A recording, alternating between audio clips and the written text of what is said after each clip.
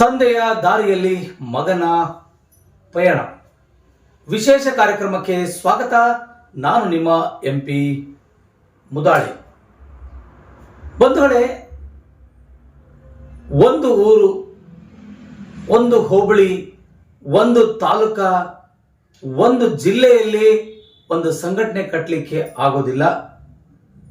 ಅಂಥ ಪರಿಸ್ಥಿತಿಯಲ್ಲಿ ಒಂದು ಸಮಾಜವನ್ನ ಮುನ್ನುಗ್ಗಿಸುವಂತ ಕೆಲಸ ಈ ಕಾಲದಲ್ಲಿ ನಡೆಯೋದಿಲ್ಲ.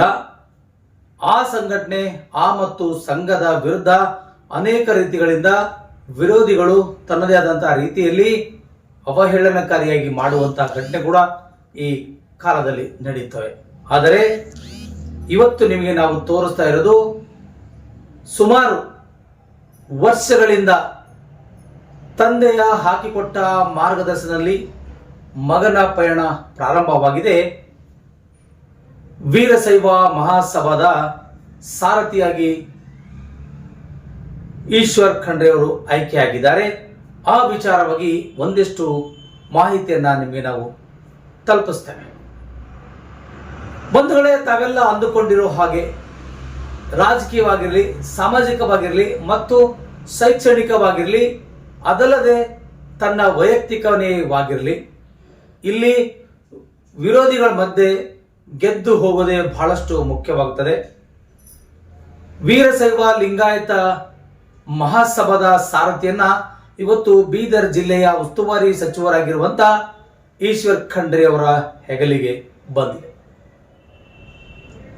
ಕಳೆದ ವಾರಷ್ಟೇ ಶತಾಶಯಿಯಾಗಿರುವಂತಹ ಅವರ ತಂದೆಯರಾಗಿರ್ತಕ್ಕಂಥ ಭೀಮಣ್ಣ ಖಂಡ್ರೆ ಅವರು ಈ ಒಂದು ವೀರಶೈವ ಮಹಾಸಭಾದ ರಾಷ್ಟ್ರೀಯ ಅಧ್ಯಕ್ಷರಾಗಿ ಸುಮಾರು 12 ವರ್ಷಗಳ ಕಾಲ ಸತತವಾಗಿ ಅಧ್ಯಕ್ಷರಾಗಿ ಕಾರ್ಯನಿರ್ವಹಿಸಿದರು.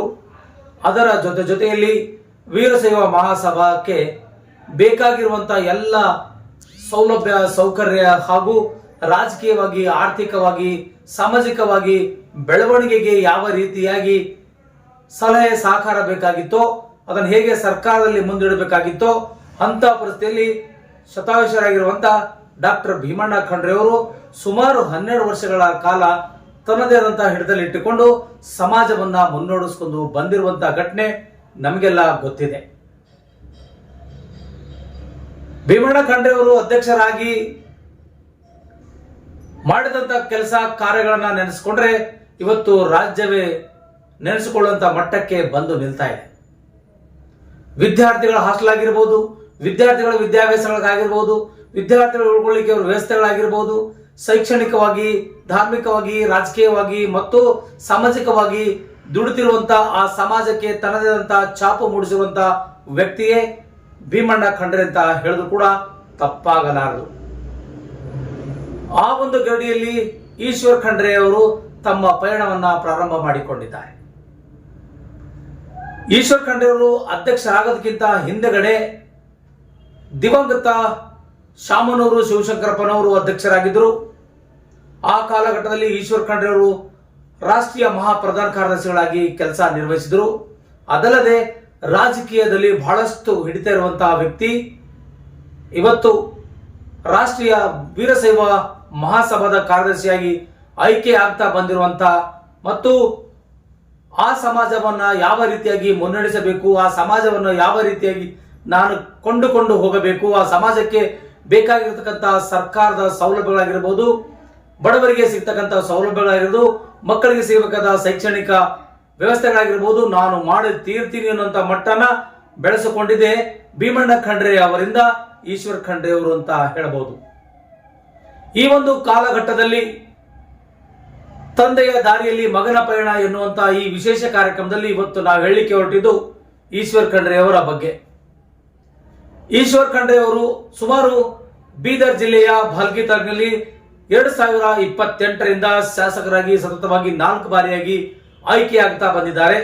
ಅದಲ್ಲದೆ 2 ಬಾರಿ ಸಚಿವರಾಗಿ ಕೆಲಸ ನಿರ್ವಹಿಸಿದ್ದಾರೆ. ಈಗಲೂ ಸಹ ಅರಣ್ಯ ಮತ್ತು ಪರಿಸರ ಇಲಾಖೆಯ ಸಚಿವರಾಗಿ ಹೊರಹೊಮ್ಮುತ್ತಿದ್ದಾರೆ. ತಂದೆಯವರು ತೀರಿಕೊಂಡ ಕೇವಲ 8 ದಿನಗಳಲ್ಲಿ ಆ ಒಂದು ದೊಡ್ಡ ಜವಾಬ್ದಾರಿಯನ್ನು ಈಶ್ವರ್ ಖಂಡ್ರೆ ಅವರಿಗೆ ಹೆಗಲಿಗೆ ಬೀಳುತ್ತೆ. ಅಲ್ಲಿ ಅನೇಕ ರೀತಿಯಿಂದ ಘಟಾನುಘಟಿ ನಾಯಕರು ಕೂಡ, ಬೇರೆ ಬೇರೆ ಪಕ್ಷದವರು ಕೂಡ ಇವತ್ತ ನನ್ನನ್ನು ಬೇಕು, ತನ್ನನ್ನು ಬೇಕು ಅಂತೇಳಿ ಒಂದು ಕಡೆ ಹೇಳಿಕೆ ಕೊಡಿಸುವ ಮಟ್ಟಕ್ಕೆ ಮುಂದಾಗಿದ್ರು.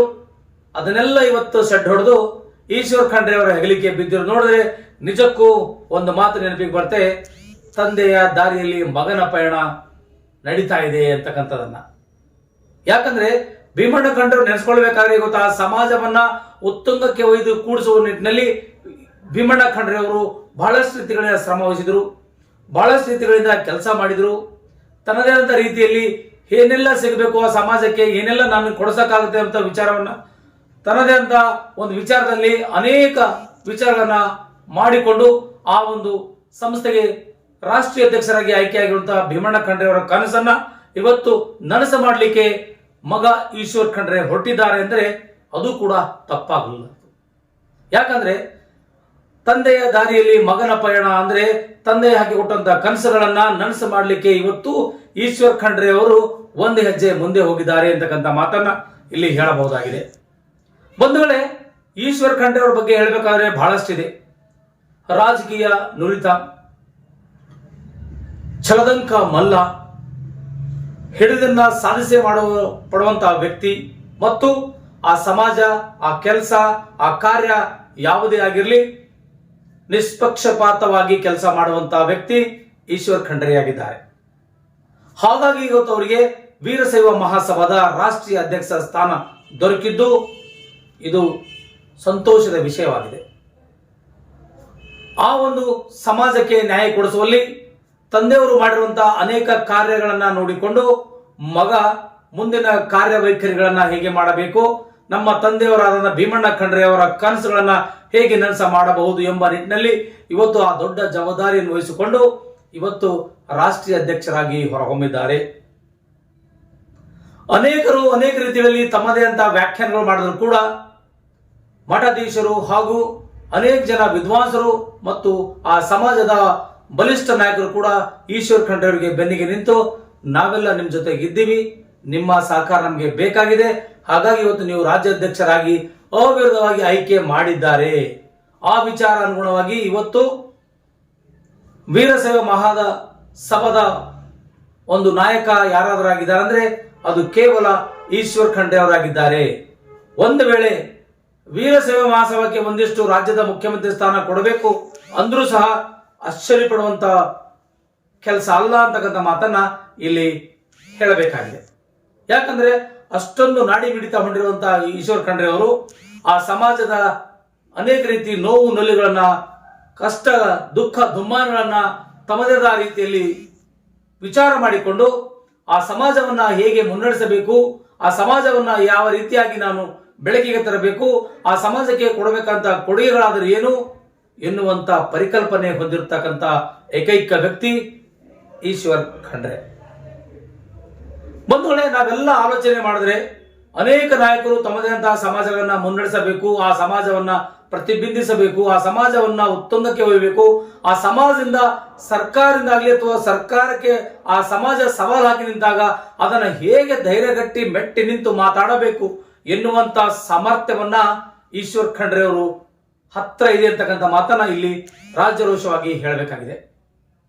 ಕೇವಲ ನನಗೊಂದು ಪೋಸ್ಟ್ ಬೇಕು ಅನ್ನೋಂಥ ಮಟ್ಟಕ್ಕೆ ಅಲ್ಲ, ಆ ಪೋಸ್ಟಿನ ಘನತೆ ಗೌರವಕ್ಕೆ ತಕ್ಕಂತೆ ನಡೆದುಕೊಳ್ಳುವಂತಹ ವ್ಯಕ್ತಿಗಳು ಆ ಒಂದು ಸಮಾಜಕ್ಕೆ ಬೇಕು. ಆ ಒಂದು ಸಮಾಜದ ರಾಷ್ಟ್ರೀಯ ಅಧ್ಯಕ್ಷನಾಗಲಿಕ್ಕೆ ಅರ್ಹತೆ ಕೂಡ ಅವರಿಗಿರುತ್ತೆ. ಅಂತ ಪರಿಸ್ಥಿತಿಯಲ್ಲಿ ಇವತ್ತು ತಂದೆಯವರು ಶತೈಷರಾಗಿರ್ತಕ್ಕಂಥ ಭೀಮಣ್ಣ ಖಂಡ್ರೆ ಅವರು ಸಾವನ್ನಪ್ಪಿ ನಮ್ಮಿಂದ ದೂರ ಆಗಲಿರ್ತಕ್ಕಂಥ ಒಂದೇ ಒಂದು ವಾರದಲ್ಲಿ ಆ ದೊಡ್ಡ ಜವಾಬ್ದಾರಿಯನ್ನು ಈಶ್ವರ್ ಖಂಡ್ರೆ ಅವರ ಕೊಳಿಗೆ ಬೀಳುತ್ತೆ ಅಂದ್ರೆ ನಿಜಕ್ಕೂ ನಾವು ಅದನ್ನ ಅರ್ಥ ಮಾಡ್ಕೊಳ್ಳಬೇಕಾಗಿದೆ. ಏನಪ್ಪಾ ಅಂದ್ರೆ ಅಷ್ಟೊಂದು ಚಾಣುಕ್ಯಶಾತ, ಅಷ್ಟೊಂದು ರಾಜಕೀಯ ಪ್ರಭಾವ, ಅಷ್ಟೊಂದು ಸಮಾಜದಲ್ಲಿ ಹಿಡಿತ, ಅಷ್ಟೊಂದು ರೀತಿಗಳಿಂದ ಸಮಾಜದ ಇಣುಕು ನೋಟಗಳನ್ನ ಗ್ರಹಿಸಿಕೊಂಡಿರುವಂತಹ ಈಶ್ವರ್ ಖಂಡ್ರೆ ಅವರ ಕೊಳಿಗೆ ಬೀಳುತ್ತೆ ಅಂದ್ರೆ ನಿಜಕ್ಕೂ ಅದು ನಾವು ನಂಬಲಿಕ್ಕೂ ಸಾಧ್ಯ ಇಲ್ಲದಂತ ಮಾತಾಗಿತ್ತು. ಆದರೆ ಇವತ್ತು ಲಿಂಗಾಯತ್ ವೀರಶೈವ ಲಿಂಗಾಯತ್ ಮಹಾಸಭಾದ ರಾಷ್ಟ್ರೀಯ ಅಧ್ಯಕ್ಷರಾಗಿ ಹೊರಹೊಮ್ಮುತ್ತಿರುವುದು ಇದು ಅನೇಕ ಮಠಾಧೀಶರು ಕೂಡ ಅಭಿನಂದನೆಗಳ ಮಹಾಪೌರುಗಳು ಹೇಳಿಸಿದ್ದಾರೆ. ಆ ವಿಚಾರವಾಗಿ ಇವತ್ತು ಈಶ್ವರ್ ಖಂಡ್ರೆ ಅವರು ಆಡಿರುವಂತಹ ಮಾತನ್ನ ಇವತ್ತು ನಿಮಗೆ ನಮ್ಮ ನಾರಂಜ ಎಕ್ಸ್ಪ್ರೆಸ್ ಸುದ್ದಿವಾಹಿನಿಯಲ್ಲಿ ತೋರಿಸ್ತೀವಿ. ಬನ್ನಿ, ಏನ್ ಹೇಳಿದಾರೆ ಅನ್ನೋದನ್ನ ನಾನು ನಿಮಗೆ ತೋರಿಸ್ತೀನಿ. ಯಾರೆಲ್ಲ ಈ ಸುದ್ದಿ ನೋಡ್ತಾ ಇರೋ ದಯವಿಟ್ಟು ಶೇರ್ ಮಾಡಿ, ಲೈಕ್ ಮಾಡಿ, ಕಮೆಂಟ್ಸ್ ಮಾಡ್ರಿ. ನಿಮ್ಮ ಅನಿಸಿಕೆ ಅಭಿಪ್ರಾಯಗಳು ಏನಾದರೂ ಇದ್ರೆ ತಪ್ಪದೆ ಬರೆದು ಕಳಿಸಿ. ಮುಂದಿನ ಸುದ್ದಿಯಲ್ಲಿ ಆ ವಿಚಾರವಾಗಿ ಆಲೋಚನೆ ಮಾಡೋಣ ಎನ್ನುವಂತ ಕಾರ್ಯಕ್ರಮ ಹೇಳ್ತಾ ಈ ಕಾರ್ಯಕ್ರಮ ಇಲ್ಲಿಗೆ ಮುಗಿಸ್ತಾ ಇದ್ದೀನಿ. ಧನ್ಯವಾದಗಳು. ನಾನು ನಿಮ್ಮ MP ಮುದಾಳೆ. ಈ ಸಂಸ್ಥೆ ಇವತ್ತು ಅಖಂಡ ವೀರಶೈವ ಲಿಂಗಾಯತರು ಇಡೀ ಜಗತ್ತಿನಲ್ಲಿ ಏನೇನಿದ್ದಾರೆ ಅವರೆಲ್ಲರ ಪ್ರಾತಿನಿಧಿಕ ಸಂಸ್ಥೆ ಆಗಿ ಅವರ ಸಾಮಾಜಿಕ, ಶೈಕ್ಷಣಿಕ, ಸಾಂಸ್ಕೃತಿಕ ಎಲ್ಲ ರೀತಿಯ ಹಿತವನ್ನು ಕಾಪಾಡುವಂಥದ್ದು ಮತ್ತು ಈ ಒಂದು ಸಮುದಾಯದ ಐಕ್ಯತೆ, ಸಮಗ್ರತೆಯನ್ನು ಕಾಪಾಡಿಕೊಂಡು ಹೋಗುವಂಥ ಒಂದು ದೃಷ್ಟಿಯಿಂದ ಈ ಸಂಸ್ಥೆ ಹುಟ್ಟುಹಾಕಿ ಇವತ್ತು 122 ವರ್ಷಗಳಿಂದ ಸುಮಾರು 23 ಜನ ಅಧ್ಯಕ್ಷರಾಗಿ ಇವತ್ತು ಸೇವೆಯನ್ನು ಸಲ್ಲಿಸಿದ್ದಾರೆ. ಕಾಲ ಕಾಲಕ್ಕೆ ಸಮಾಜವನ್ನು ಬೆಳಗುತ್ತಾ ಬಂದಿದ್ದಾರೆ. ಇವತ್ತೇನು ನಮ್ಮಲ್ಲಿ ಸಿರ್ಸಂಗಿ ಲಿಂಗರಾಜ್ ದೇಸಾಯಿ ಅವರು, ಆಟ ರುದ್ರೇಗೌಡರು, ಪಗು ಹಳಕಟ್ಟಿಯವರು, ಮಂತನಾಳ ಶಿವಯೋಗಿಗಳವರು, ಶತಾಯುಷಿಗಳಾದಂಥ ಪರಮ ಪೂಜ್ಯ ಶಿವಕುಮಾರ ಮಹಾಸ್ವಾಮಿಗಳವರು, ನಮ್ಮ ತಂದೆಯವರಾದ ಪೂಜ್ಯ ಭೀಮಣ್ಣ ಖಂಡ್ರೆಯವರು, ಶ್ರೀ ಶಾಮನೂರು ಶಿವಶಂಕರಪ್ಪನವರು, ಈಗ ಆ ಒಂದು ಮಹತ್ತರವಾದಂಥ ಜವಾಬ್ದಾರಿ ನನಗೆ ಕೊಟ್ಟಂಥದ್ದು ಅದು ನನ್ನ ಒಂದು ಸೌಭಾಗ್ಯ ಅಂತೇಳಿ ನಾನು ತಿಳ್ಕೊಂಡಿದ್ದೇನೆ. ಬಂಧುಗಳೇ, ಇವತ್ತು ವೀರಶೈವ ಲಿಂಗಾಯತ ಸಮುದಾಯಕ್ಕೆ ತನ್ನದೇ ಆದಂಥ ಒಂದು ಶ್ರೇಷ್ಠ ಸುದೀರ್ಘವಾದಂಥ ಇತಿಹಾಸ ಇದೆ, ಪರಂಪರೆ ಇದೆ. ಕಾಲ ಕಾಲಕ್ಕೆ ರೇಣುಕಾದಿ ಆಚಾರ್ಯರು, ಬಸವಾದಿ ಶರಣರು ಈ ಸಮಾಜವನ್ನು ಬೆಳಗುತ್ತಾ ಬಂದಿದ್ದಾರೆ. ಮಾನವ ಧರ್ಮಕ್ಕೆ ಜಯವಾಗಲಿ, ಧರ್ಮದಿಂದಲೇ ವಿಶ್ವಕ್ಕೆ ಶಾಂತಿ ಅಂತೇಳಿ ಎಲ್ಲರಿಗೂ ಒಳ್ಳೆಯದನ್ನೇ ಬಯಸುವಂತ ಈ ಒಂದು ಸಮುದಾಯ, ಸಕಲ ಜೀವಾತ್ಮರಿಗೆ ಲೇಸನ್ನೇ ಬಯಸಿದ ಬಸವಾದಿ ಶರಣರು ಇಡೀ ಜಗತ್ತಿಗೆ ಸಾಮಾಜಿಕ ನ್ಯಾಯ ತಂದು ಕೊಟ್ಟಂಥದ್ದು, ಎಲ್ಲರಿಗೂ ಒಳ್ಳೆಯದಾಗಲಿ ಅನ್ನುವಂಥ ಒಂದು ಮಾತನ್ನು ಹೇಳಿದಂಥದ್ದು, ಇಡೀ ಜಗತ್ತಿಗೆ ಮಾದರಿಯಾದಂಥ ವಚನ ಸಾಹಿತ್ಯವನ್ನು ಕೊಟ್ಟಂಥದ್ದು. ಇವತ್ತು ನೋಡಿ, ನಮ್ಮ ಮಠಮಾನ್ಯಗಳು, ಸಂಘ ಸಂಸ್ಥೆಗಳು ಈ ಒಂದು ನವ ಕರ್ನಾಟಕ ನಿರ್ಮಾಣ ಮಾಡಲಿಕ್ಕೆ, ನವರಾಷ್ಟ್ರ ನಿರ್ಮಾಣ ಮಾಡಲಿಕ್ಕೆ ಅಮೋಘವಾದಂಥ ಒಂದು ಕೊಡುಗೆಯನ್ನು ಕೊಟ್ಟಿದೆ. ಒಂದಾನೊಂದು ಕಾಲದಲ್ಲಿ ಅಷ್ಟೇ ಅಲ್ಲ, ಇವತ್ತಿಗೂ ಸಹಿತ ಎಲ್ಲ ಜಾತಿ, ಎಲ್ಲ ಭಾಷೆ, ಎಲ್ಲ ಧರ್ಮದ ಜನರಿಗೆ ಆಶ್ರಯ ಕೊಟ್ಟು, ಅವರಿಗೆ ಅನ್ನ ಕೊಟ್ಟು, ಅವರಿಗೆ ಶಿಕ್ಷಣ ಕೊಟ್ಟು, ಅವರಿಗೆ ಸಂಸ್ಕಾರ ಕೊಟ್ಟು, ಅವರಿಗೆ ಬೆಳೆಸಿದಂಥ ಕೀರ್ತಿ ಇವತ್ತು ವೀರಶೈವ ಲಿಂಗಾಯತ ಸಮುದಾಯಕ್ಕೆ ಸಲ್ಲುತ್ತದೆ. ನಾವೆಲ್ಲರೂ ಸುಶಿಕ್ಷಿತರಾಗಿದ್ದೇವೆ. ಕರ್ನಾಟಕ ಇವತ್ತು ಎಲ್ಲ ಕಡೆ, ರಾಷ್ಟ್ರದಲ್ಲಿ ಅಷ್ಟೇ ಅಲ್ಲ, ಜಗತ್ತಿನಾದ್ಯಂತ ನಮ್ಮ ಏನು ಮಾನವ ಸಂಪನ್ಮೂಲ ಇದೆ, ಇಂಜಿನಿಯರ್ಸ್ ಇದ್ದಾರೆ, ಡಾಕ್ಟರ್ಸ್ ಇದ್ದಾರೆ, ಪರಿಣಿತರಿದ್ದಾರೆ, ಇಷ್ಟೊಂದು ಸಂಖ್ಯೆಯಲ್ಲಿ ಬೆಳವಣಿಗೆ ಆಗಿದೆ ಅಂತ ಹೇಳಿದ್ರೆ ಅದರಲ್ಲಿ ಸಮುದಾಯದ ಬಹಳ ದೊಡ್ಡ ಕೊಡುಗೆ ಇದೆ ಅಂತೇಳಿ ಬಹಳ ಹೆಮ್ಮೆಯಿಂದ ನಾನು ಹೇಳಲಿಕ್ಕೆ ಬಯಸ್ತಾ ಇದ್ದೀನಿ. ಇವತ್ತಿನ ಕಾಲದಲ್ಲಿ ನಾವು ನೋಡ್ತಾ ಇದ್ದೇವೆ, ಸಮುದಾಯ ಕವಲು ದಾರಿಯಲ್ಲಿದೆ. ಮತ್ತೆ ಅನೇಕ ಕಾರಣಗಳಿಂದಾಗಿ ಇವತ್ತು ಒಳಪಂಗಡಗಳ ಸಮಸ್ಯೆ ಇರ್ಬೋದು, ಇವತ್ತೇನು ಐಕ್ಯತೆ ಸಮಸ್ಯೆ ಇರ್ಬೋದು. ವೀರಶೈವ ನಮ್ಮ ಲಿಂಗಾಯತ ಸಂಸ್ಥೆಯ ಘನ ಉದ್ದೇಶ ಏನಪ್ಪಾ ಅಂತ ಹೇಳಿದ್ರೆ, ಎಲ್ಲಾ ಸಮುದಾಯಗಳನ್ನು, ಎಲ್ಲಾ ಒಳಪಂಗಡಗಳನ್ನು ಒಗ್ಗೂಡಿಸುವಂಥದ್ದು, ಒಂದೇ ವೇದಿಕೆ ಮೇಲೆ ತರುವಂಥದ್ದು, ಅದರ ಮುಖಾಂತರ ಸುಂದರವಾದಂತಹ ಒಂದು ಭವ್ಯವಾದಂತಹ ಸಮಾಜ ನಿರ್ಮಾಣ ಮಾಡಬೇಕು ಅನ್ನುವಂಥದ್ದು. ಆ ನಿಟ್ಟಿನಲ್ಲಿ ಹಿಂದೆನೂ ಬಹಳಷ್ಟು ಶ್ರಮ ಮಾಡಿದ್ದಾರೆ. ನಮ್ಮ ತಂದೆಯವರಿದ್ದಾಗ ಗುರು ವಿರಕ್ತರ ಸಮಾವೇಶ ಆಗಿದೆ. ಇವತ್ತು ಅವರಿದ್ದಂತಹ ಸಂದರ್ಭದಲ್ಲಿ ಎಲ್ಲರಿಗೂ ಒಗ್ಗೂಡಿಸುವಂತಹ ಅನೇಕ ಪ್ರಯತ್ನಗಳು ನಡೆದಿದ್ದಾವೆ. ಸನ್ಮಾನ್ಯ ಶಾಮನೂರು ಶಿವಶಂಕರಪ್ಪನವರ ಕಾರ್ಯಕಾಲದಲ್ಲಿಯೂ ಸಹಿತ ಲಿಂಗಾಯತ ವೀರಶೈವ ಬೇರೆ ಬೇರೆ ಇಲ್ಲ, ಅದು ಭಿನ್ನ ಧರ್ಮ ಅಲ್ಲ, ಒಂದೇ ಧರ್ಮ ಅನ್ನುವಂತ ಒಂದು ಘೋಷಣೆಯನ್ನು ಮಾಡಿದ್ದಾರೆ. ಕಾಲ ಕಾಲಕ್ಕೆ ಎಲ್ಲರೂ ಅದಕ್ಕೆ ಒಪ್ಪಿಕೊಂಡಿದ್ದಾರೆ. ಈಗ ಇವತ್ತು ಎಲ್ಲಾ ಜಾತಿ, ಎಲ್ಲಾ ಭಾಷೆ, ಎಲ್ಲಾ ಧರ್ಮೀಯರನ್ನು ಒಪ್ಪಿಕೊಂಡು ಎಲ್ಲರಿಗೂ ಒಳ್ಳೆಯದನ್ನು ಮಾಡಿದಂತ ಈ ಒಂದು ಸಮುದಾಯ ಇವತ್ತಿನ್ನೂ ಎಲ್ಲಾ ರೀತಿಯಂದು ಒಗ್ಗೂಡಿಸುವಂಥದ್ದು, ಒಗ್ಗಟ್ಟಾಗಿರುವಂಥದ್ದು ಬಹಳ ಅವಶ್ಯಕತೆ ಇದೆ. ಆ ನಿಟ್ಟಿನಲ್ಲಿ ಇವತ್ತು ನನಗೇನು ಜವಾಬ್ದಾರಿ ವಹಿಸಿದ್ದಿದೆ, ಹಿರಿಯರೆಲ್ಲರೂ ಕೂಡಿ ಆಶೀರ್ವಾದ ಮಾಡಿದ್ದಾರೆ. ಸಮಾಜವನ್ನು ಒಗ್ಗೂಡಿಸ್ಲಿಕ್ಕೆ ನಾನು ಪ್ರಯತ್ನ ಮಾಡ್ತೇನೆ. ಒಗ್ಗೂಡಿಸುವುದು ಅಂತ ಹೇಳಿದ್ರೆ ಬೇರೆಯವರಿಗೆ ಏನಾದ್ರೂ ಮಾಡಬೇಕು, ತುಳಿಬೇಕು ಅಂತಲ್ಲ. ನಾವು ಒಗ್ಗಟ್ಟಾಗಿರೋದಂತದ್ರ ಮುಖಾಂತರ ಯಾರು ದುರ್ಬಲರಿದ್ದಾರೆ, ಶೋಷಿತರಿದ್ದಾರೆ, ಅವರಿಗೂ ಸಹಿತ ಮೇಲೆತ್ತುವಂತ ಕೆಲಸ ಮಾಡುವಂಥದ್ದು ನಮ್ಮ ಸಮುದಾಯ ಮಾಡ್ತಾ ಬಂದಿದೆ.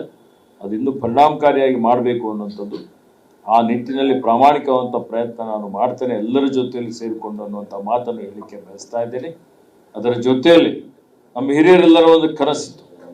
ಇಂದಿನ ದಿನಮಾನಗಳಲ್ಲಿ ಬಹಳಷ್ಟು ಕಡೆ ನಾವು ನೋಡ್ತಾ ಇದ್ದೇವೆ, ನಮ್ಮ ಸಮುದಾಯದಲ್ಲಿ ಸಹಿತ ಬಹಳಷ್ಟು ಜನ ಬಡತನಕ್ಕಿಂತ ಕೆಳಗಡೆ ಇದ್ದಾರೆ, ಬಹಳ ಕಡು ಬಡವರಿದ್ದಾರೆ.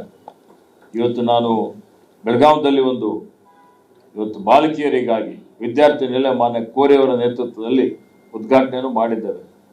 ಅಲ್ಲಿ ವಿದ್ಯಾರ್ಥಿನಿಯರು ಆ ವಸತಿ ನಿಲಯದಲ್ಲಿ ಪ್ರವೇಶ ಪಡೆಯಲಿಕ್ಕೆ ಸಂದರ್ಶನ ಬಂದಂತಹ ಸಂದರ್ಭದಲ್ಲಿ ಅವರು ಎಷ್ಟೊಂದು ಕಡು ಬಡವರಾಗಿದ್ದಾರೆ ಅಂತೇಳಿ ನೋಡಿದ್ರೆ ಇವತ್ತು ಬಹಳ ಗಾಬರಿ ಆಗ್ತದೆ. ಆ ದೃಷ್ಟಿಯಿಂದ ಇವತ್ತೇನು ನಮ್ಮ ಸಮುದಾಯದಲ್ಲಿ ಸುಮಾರು 40ರಿಂದ 50% ಜನ ಬಡವರಾಗಿದ್ದಾರೆ, 30% ಅಂತೂ ಕಡು ಬಡವರಾಗಿದ್ದಾರೆ. ಏನು ಅಹಿಂದ ಅಂತ ಹೇಳ್ತೀವಿ, ಆ ಒಂದು ಸಂದರ್ಭದಲ್ಲಿ ಒಳಪಂಗಡಗಳಲ್ಲಿ ಸುಮಾರು ಇವತ್ತು ಲಿಂಗಾಯತ ವೀರಶೈವ ಸಮುದಾಯಕ್ಕೆ ಸಂಬಂಧಪಟ್ಟಂತವರು ಇವತ್ತು ಅನೇಕ ಜನ ಬಹಳ ಕಷ್ಟದಲ್ಲಿದ್ದಾರೆ. ಅವರೆಲ್ಲರಿಗೂ ಸಾಮಾಜಿಕ ನ್ಯಾಯ ಕೊಡುವಂಥದ್ದು ಸಂವಿಧಾನಬದ್ಧವಾಗಿ ಸಾಮಾಜಿಕ ನ್ಯಾಯ ಯಾವುದೇ ಒಂದು ಸಮುದಾಯದ ಸ್ವತ್ತಲ್ಲ, ಅದು ಎಲ್ಲರಿಗೂ ಅನ್ವಯ ಆಗ್ತದೆ. ಸಮಾಜದಲ್ಲಿರುವಂತಹ ಕಟ್ಟಕಡೆ ವ್ಯಕ್ತಿಗೂ ಇವತ್ತು ನ್ಯಾಯ ಸಿಗಬೇಕು ಅನ್ನುವಂಥದ್ದು, ಅವರಿಗೆ ನ್ಯಾಯ ಸಿಕ್ಕರೆ ಮಾತ್ರ ಇವತ್ತು ನಮ್ಮಲ್ಲಿ ಪ್ರಜಾಪ್ರಭುತ್ವ ಯಶಸ್ವಿ ಆಗ್ತದೆ ಅನ್ನುವಂಥ ಮಾತನ್ನು ಹೇಳಿದ್ದಂಥದ್ದು ಸತ್ಯ ಇದೆ. ಆ ನಿಟ್ಟಿನಲ್ಲಿ ಎಲ್ರಿಗೂ ಸಮಾನವಾಗಿ ನ್ಯಾಯ ಕೊಡಿಸ್ಲಿಕ್ಕೆ ಇವತ್ತು ಮಹಾಸಭೆ ಪ್ರಾಮಾಣಿಕವಂತ ಪ್ರಯತ್ನ ಮಾಡ್ತದೆ ಅನ್ನುವಂಥ ಮಾತನ್ನು ಹೇಳಲಿಕ್ಕೆ ಬಯಸ್ತಾ ಇದ್ದೀನಿ. ಅದರ ಜೊತೆಯಲ್ಲಿ ನಮ್ಮ ಹಿರಿಯರ ಕನಸು ಏನಿತ್ತು, ಅನೇಕ ಜನ ನಮ್ಮ ಮಕ್ಕಳುಗಳೆಲ್ಲ ನಮ್ಮ ಅನೇಕ ವಿದ್ಯಾರ್ಥಿನಿಯರು ಇವತ್ತು ಉದ್ಯೋಗಕ್ಕಾಗಿ, ಶಿಕ್ಷಣಕ್ಕಾಗಿ, ಆರೋಗ್ಯಕ್ಕಾಗಿ ಇವತ್ತು ಮಹಾನಗರಿ ಬೆಂಗಳೂರಿಗೆ ಬರ್ತಾರೆ. ಬೆಂಗಳೂರು ಬಹಳ ದುಬಾರಿ ನಗರ. ಇಲ್ಲಿ ಈ ಬೆಂಗಳೂರಿನಲ್ಲಿ ವಾಸ್ತವ್ಯ ಮಾಡೋದೇ ಬಹಳ ಕಷ್ಟ. ಹೀಗಾಗಿ ಯಾರು ಉನ್ನತ ಶಿಕ್ಷಣ ಪಡೆಯಲಿಕ್ಕೆ ನಮ್ಮ ವಿದ್ಯಾರ್ಥಿನಿಯರು ಬರ್ತಾರೆ, ಅವರಿಗೆ ಇವತ್ತು ಫ್ರೀಯಾಗಿ ವಸತಿ ನಿಲಯ ಮಾಡಬೇಕು ಅನ್ನೋಂಥದ್ದು ನಮ್ಮ ತಂದೆಯವರ ಕನಸು ಆಗಿತ್ತು, ಮಾನ್ಯ ಶಾಮನೂರು ಶಿವಶಂಕರಪ್ಪನವರ ಕನಸು ಆಗಿತ್ತು. ಇವತ್ತು ಈಗಾಗಲೇ ಬಹಳ ಜಿಲ್ಲೆಗಳಲ್ಲಿ ಆಗಿದೆ. ಈಗಲೇ ಬೆಂಗಳೂರಿನಲ್ಲಿ ಆಗಲಿಕ್ಕೆ ಪ್ರಾರಂಭ ಮಾಡಲಿಕ್ಕೆ ಜಮೀನು ತೆಗೆದುಕೊಳ್ಳಲಾಗಿದೆ, ಕೆಲವರು ದಾನವನ್ನು ಮಾಡಿದ್ದಾರೆ. ಹೀಗಾಗಿ ನಾವು ಇವತ್ತಿನ ದಿವಸ ನಾನು, ಶಂಕರ್ ಬಿದ್ರಿ ಅವರು, ಕೋರೆ ಸರ್ ಅವರು, ಚರಂತಿಮಠರವರು, ವೀರಣ್ಣರವರು, ಅನೇಕ ರಾಜಣ್ಣ, ಅನೇಕ ನಮ್ದೆಲ್ಲ ಪದಾಧಿಕಾರಿಗಳು, ಚಪತಿ ಅವರು ಇದ್ದಾರೆ, ಎಲ್ಲರೂ ಸೇರಿ ತೀರ್ಮಾನ ಮಾಡಿದ್ದಾರೆ. ಆದಷ್ಟು ಶೀಘ್ರದಲ್ಲಿ ಮಾರ್ಚ್ ಒಳಗಾಗಿ ಇಲ್ಲಿ ಬೆಂಗಳೂರಿನಲ್ಲಿ 1,000 ವಿದ್ಯಾರ್ಥಿ ಕನಿಷ್ಠ ಇವತ್ತು ವಿದ್ಯಾರ್ಥಿಗಳಿಗೆ ಒಂದು ವಸತಿ ನಿಲಯ ನಿರ್ಮಾಣ ಮಾಡಲಿಕ್ಕೆ ಅದಕ್ಕೆ ಶಂಕುಸ್ಥಾಪನೆ ಆಗಬೇಕು. 1.5 ವರ್ಷದಲ್ಲಿ ಈ ಒಂದು ಕಟ್ಟಡದ ಕಾಮಗಾರಿ ಪೂರ್ಣಗೊಳಿಸಬೇಕು ಅನ್ನುವಂಥ ಒಂದು ಸಂಕಲ್ಪ ನಾವು ಮಾಡಿದ್ದೇವೆ ಅನ್ನುವಂಥ ಮಾತನ್ನು ತಮ್ಮ ಮಾಧ್ಯಮದ ಮುಖಾಂತರ ಇವತ್ತು ಸಮಾಜ ಬಂಧುಗಳಿಗೆ ನಾನು ಹೇಳಲಿಕ್ಕೆ ಬಯಸ್ತಾ ಇದ್ದೀನಿ. ಇದರ ಜೊತೆಯಲ್ಲಿ ಎಲ್ಲರ ಸಹಕಾರನೂ ಬೇಕು. ಜೊತೆಯಲ್ಲಿ ಎಲ್ಲಾ ಜಿಲ್ಲೆಗಳಲ್ಲಿ, ಎಲ್ಲಾ ತಾಲೂಕಿನಲ್ಲಿ ಭವನ ನಿರ್ಮಾಣ ಮಾಡುವಂಥದ್ದು, ಅದ್ರ ಜೊತೆಯಲ್ಲಿ ವಸತಿ ನಿಲಯ ನಿರ್ಮಾಣ ಮಾಡುವಂಥದ್ದು, ಇವತ್ತು ಶಿಕ್ಷಣಕ್ಕೆ ಹೆಚ್ಚಿನ ಮಹತ್ವ ಕೊಡುವಂಥದ್ದು, ಉನ್ನತ ಶಿಕ್ಷಣಕ್ಕೆ ನಮ್ಮ ಮಕ್ಕಳಿಗೆ, ವಿದ್ಯಾರ್ಥಿಗಳಿಗೆ, ಪ್ರತಿಭಾವಂತರಿಗೆ ಪ್ರೋತ್ಸಾಹ ಮಾಡುವಂಥ ಒಂದು ಕಾರ್ಯಕ್ರಮ ಹಮ್ಮಿಕೊಳ್ಳಬೇಕು ಅನ್ನುವಂಥದ್ದು ಉದ್ದೇಶ ಇದೆ. ಸ್ಪರ್ಧಾತ್ಮಕ ಪರೀಕ್ಷೆಗಳಲ್ಲಿ ಅವರಿಗೆ ತರಬೇತಿ ಕೊಡಬೇಕು ಅನ್ನುವಂಥದ್ದು, IAS, IPS, IFS ಏನು ಅದಕ್ಕೆ ಇವತ್ತು ತಯಾರಿ ಮಾಡ್ತಾರೆ, ಅವರಿಗೆ ತರಬೇತಿ ಕೊಡುವಂಥ ರೀತಿಯಲ್ಲಿ ನಾವೊಂದು ವ್ಯವಸ್ಥೆ ಮಾಡಬೇಕು ಅನ್ನುವಂಥದ್ದು, ಇತರ ಹಲವಾರು ಯೋಜನೆಗಳನ್ನು, ಕಾರ್ಯಕ್ರಮಗಳನ್ನು ಇವತ್ತು ಮಹಾಸಭೆ ಇವತ್ತು ಮಾಡ್ತಾ ಇದೆ. ಹೀಗಾಗಿ ಇದಕ್ಕೆ ಎಲ್ಲರ ಒಂದು ಸಹಕಾರದ ಅವಶ್ಯಕತೆ ಇದೆ. ನಾವೆಲ್ಲರೂ ಒಗ್ಗಟ್ಟಿನಲ್ಲಿ ಬಲವಿದೆ, ವಿಘಟನೆಯಲ್ಲಿ ದುರ್ಬಲತೆ ಇದೆ, ನಾವೆಲ್ಲ ಅರ್ಥ ಮಾಡಿಕೊಳ್ಬೇಕಾಗ್ತದೆ.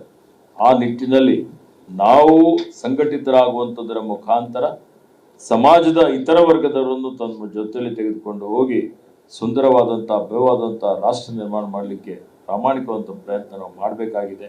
ಆ ನಿಟ್ಟಿನಲ್ಲಿ ಮಹಾಸಭಾದ ಏನು ದೇವೋದ್ದೇಶಗಳಿದ್ದಾವೆ ಅವೆಲ್ಲವನ್ನೂ ಪೂರ್ತಿ ಮಾಡಲಿಕ್ಕೆ ಎಲ್ಲರ ಸಹಕಾರದಿಂದ ಪ್ರಾಮಾಣಿಕವಾಗಿ ನಾನು ಪ್ರಯತ್ನ ಮಾಡ್ತೇನೆ ಎನ್ನುವಂಥ ತಮ್ಮ ಮುಖಾಂತರ ನಾನು ಎಲ್ಲರಿಗೆ ಒಂದು ಸಂದೇಶವನ್ನು ಕೊಡುತ್ತಾ, ಎಲ್ಲ ಮಠಾಧೀಶರು, ಗುರುಗಳಿರ್ಬೋದು, ಏಕೆಂದರೆ ಜಗದ್ಗುರುಗಳು ಮಾತನಾಡಿದ್ರು, ಇವತ್ತು ರಂಭಾಪುರಿ ಶ್ರೀಗಳು ಮಾತನಾಡಿದ್ರು, ಮತ್ತೆ ವಿರಕ್ತ ಸ್ವಾಮಿಗಳು ಮಾತನಾಡಿದ್ರು, ನಮ್ಮ ಬಾಲ್ಕಿ ಶ್ರೀಗಳು ಇವತ್ತು ಮಾತನಾಡಿ ಆಶೀರ್ವಾದ ಮಾಡಿದ್ದಾರೆ. ಎಲ್ಲ ಪೂಜ್ಯರ ಗುರುಗಳ ವಿರಕ್ತರ ಆಶೀರ್ವಾದ ಇದೆ. ಮತ್ತೆ ಈ ಒಂದು ಸಭೆಯಲ್ಲಿ ಕೇರಳ ಘಟಕದ ಅಧ್ಯಕ್ಷರು, ತೆಲಂಗಾಣ ಘಟಕದ ಅಧ್ಯಕ್ಷರು, ಮಹಾರಾಷ್ಟ್ರ ಘಟಕದ ಅಧ್ಯಕ್ಷರು, ತಮಿಳುನಾಡು ಘಟಕದ ಅಧ್ಯಕ್ಷರು, ಆಂಧ್ರ ಘಟಕದ ಅಧ್ಯಕ್ಷರು, ಅವರೆಲ್ಲರೂ ಇದರಲ್ಲಿ ಭಾಗವಹಿಸಿದ್ದಾರೆ. ಇವತ್ತು ಆ ದೃಷ್ಟಿಯಿಂದ ಇವತ್ತು ನಾವೆಲ್ಲ ಸೇರಿ ಇವತ್ತು ಮಹಾಸಭಾವನ್ನು ಸದೃಢವನ್ನಾಗಿ ಮಾಡಿ ಮುಂದೆ ಸಮಾಜ ಇವತ್ತು ಬೆಳೆಸಲಿಕ್ಕೆ ಪ್ರಾಮಾಣಿಕವಂತ ಪ್ರಯತ್ನ ನಾವು ಮಾಡ್ತೇವೆ ಅಂತ ಹೇಳಿ ನಿಮ್ಮೆಲ್ಲರಿಗೆ ಮತ್ತೊಮ್ಮೆ ನನ್ನ ಪರವಾಗಿ ಮತ್ತೆ ವಿಶೇಷವಾಗಿ ಕಾರ್ಯಕಾರಿ ಸಮಿತಿಯ ಸದಸ್ಯರ ಪರವಾಗಿ ಮತ್ತೆ ಅತ್ಯಂತ ಹಿರಿಯರಾದಂಥ ಮಾನ್ಯ ಪ್ರಭಾಕರ್ ಕೋರೆ ಸರ್ ಅವರು, ವೀರಣ್ಣ ಚರಂತಿಮಠ್ ಸರ್ ಅವರು, ಶಂಕರ್ ಬಿದ್ರಿಜಿ ಅವರಿದ್ದಾರೆ, ರಾಜಣ್ಣ ಇದ್ದಾರೆ, ಚಕೋತಿ ಅವರಿದ್ದಾರೆ, ಗಣೇಶ್ ಅವರಿದ್ದಾರೆ, ಗಣೇಶ್ ಶಾಮನೂರಣ್ಣ ಅವರು, ಎಲ್ಲ ಯುವ ಘಟಕದ ಅಧ್ಯಕ್ಷರುಗಳಿದ್ದಾರೆ, ಇವತ್ತು ವೀಣಾ ಕಾಶ್ಯಪ್ನವರಿದ್ದಾರೆ.